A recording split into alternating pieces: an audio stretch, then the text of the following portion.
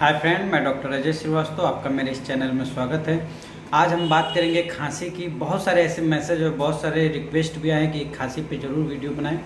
तो अगर आपकी खांसी निकल नहीं रही है या खांसी 15 दिन 1 महीना हो गया है, कफ सीने से नहीं निकाल पा रहे हैं आप, तो आज हम आपको कुछ होम्योपैथिक दवा की कम्बिनेशन बताएंगे। यानी कि कुछ दवा को आपको एक साथ लेना रहेगा जिससे आपको डे 1 से ही रिलीफ होना शुरू हो जाती है। तो ये होम्योपैथिक मेडिसिन है एकोनाइट, दूसरी होम्योपैथिक मेडिसिन से हिपर सल्फर और तीसरी होम्योपैथिक मेडिसिन से स्पॉन्जिया।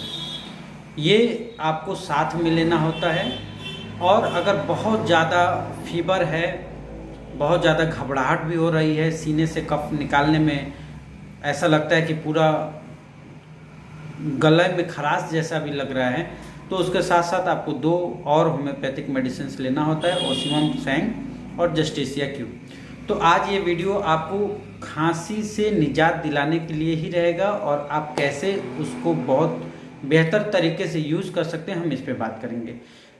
पहले तो हम बात कर ली ये कम्बिनेशन पे। ये जो एकोनाइट हिपर सल्फर की कम्बिनेशन है, ये अगर आपको ठंड लगने के वजह से खांसी हो रही है तो भी आपको रिलीफ हो जाएगा।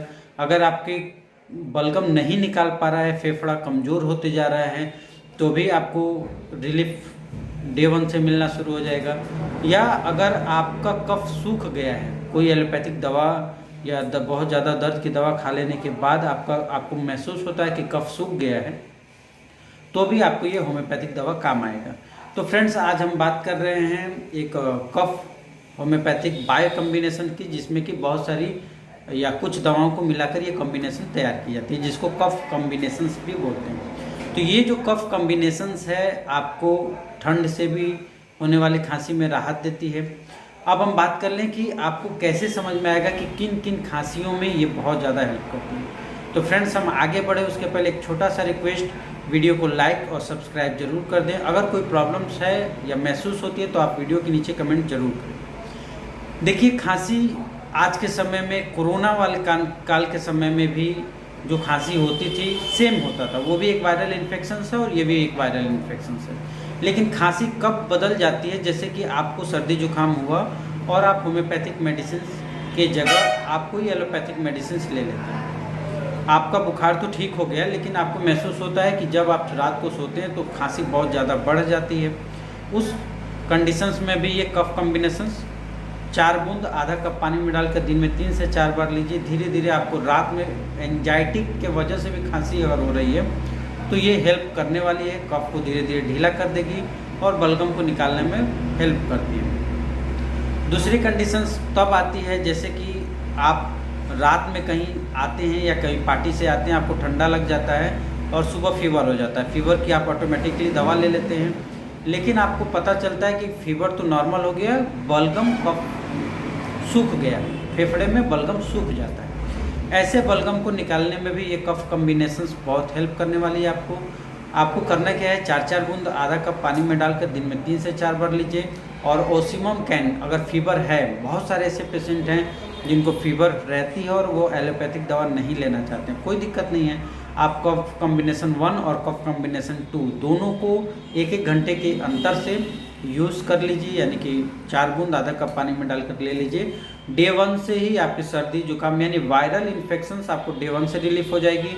खांसी इन फ्यूचर आएगी ही नहीं, कि अगर आप खांसी से परेशान होने के चांसेस भी घट जाते हैं। अगर आपको बाई चांस खांसी हो भी गया है तो हल्का फुल्का वो 1-2 दिन में आपको रिलीफ देना शुरू हो जाती है। अब आपको ये समझना ज़रूरी है कि किन किन खांसी में ये होम्योपैथिक दवा नहीं काम करती। बहुत सारे ऐसे कंप्लेंट्स भी आते हैं कि सर ये मेडिसिन मैंने लिया, नहीं सूट किया। पहला तो ये ट्यूबरकुलोसिस की खांसी में काम नहीं आती। दूसरा, अस्थमा की खांसी में ये काम नहीं आएगी, रिलीफ देगी, आराम देगी, क्योर नहीं करेगी। तो ऐसे खांसी में आप इसको नहीं यूज़ करें। ये जो कफ कम्बिनेशन 1 है और कफ कम्बिनेशन 2 है, इसको आप 4-4 बूंद आधा कप पानी में डालकर किसी भी बच्चे के साथ, बूढ़े के साथ, जवान के साथ, अगर वायरल फीवर, ठंडा लगने की वजह से, मौसम चेंज होने की वजह से या बलगम सीने में जम जाने की वजह से प्रॉब्लम हो रही है, तो ये पूरे प्रॉब्लम को ही काफ़ी हद तक रिलीफ करते हुए आपको 100% कारगर रिजल्ट देती है। आपको ज़्यादा कुछ करना नहीं होता है, थोड़ा सा उसमें परहेज़ करने की ज़रूरत है। परहेज़ ये करना होता है कि आप जब तक खांसी से परेशान हैं तब तक नॉर्मल पानी न पीते हुए आप गर्म पानी का इस्तेमाल कीजिए। सुबह में जब आप बाहर आते हैं बेड से तो मास्क लेकर यूज़ करके यानी मास्क पहन के ही बाहर निकलें, ताकि ठंडी हवा की जो झोंके हैं वो डायरेक्ट फेफड़े तक न जाए, जिससे कि आपकी खांसी कम हो जाए। अब हम बात करते हैं कुछ ऐसे भी पेशेंट हैं जिनको फेफड़े में सूजन हो जाती है, जिसको ब्रोंकाइटिस बोलते हैं। अगर ब्रोंकाइटिस होने की समस्या आपको बार बार है, आप अगर ठंडी हवा में चले जाते हैं या किसी सर्द मौसम में चले जाते हैं तो आपको ठंड लग जाती है और फेफड़े में सूजन हो जाता है।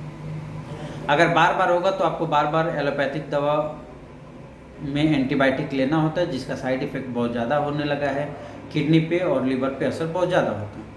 ऐसे कंडीशंस में आपको सिर्फ एक ही दवा लेनी होती है, एकोनाइट। एकोनाइट 30 को आप अपने पास में रखिए और उसके साथ एक और दवा लेना होता है, बेलाडोना 30। ये 2 दवा वैसे पेशेंट के लिए हैं जिनको बार बार सर्दी लग जाती है और सर्दी लगने के बाद खांसी हो जाती है। आपको विश्वास नहीं होगा, यानी बिलीव नहीं होगा, ये होम्योपैथ की चमत्कार इसको मान सकते हैं आप, कि ये उस खांसी को और उस वायरल फीवर के लिए आपको एक भी टैबलेट यूज़ करने की ज़रूरत नहीं पड़ती। धीरे धीरे ये एकोनाइट 30 और बेलाडोना 30 आपकी फीवर को डाउन करती है, आपको जो फेफड़ा में सूजन हो जाता है उसको डाउन करती है। इसके अलावा धीरे धीरे जो प्रॉब्लम्स एंजाइटी यानी फेराइंग्स वाले रीजन्स में आने लगती है उसको भी धीरे धीरे काफ़ी हद तक रिलीफ करती है। तो आशा करते हैं फ्रेंड्स कि ये कफ कॉम्बिनेशंस 1 और कफ कॉम्बिनेशंस 2 आपको अच्छे से समझ में आया होगा। इसके अलावा बहुत सारे ऐसे पेशेंट, ओल्ड पेशेंट हमारे जितने भी हैं, वो भी मैसेज करते हैं कि ठंड में खास करके 2 से 3 बजे के समय में उनको खांसी बढ़ जाती है।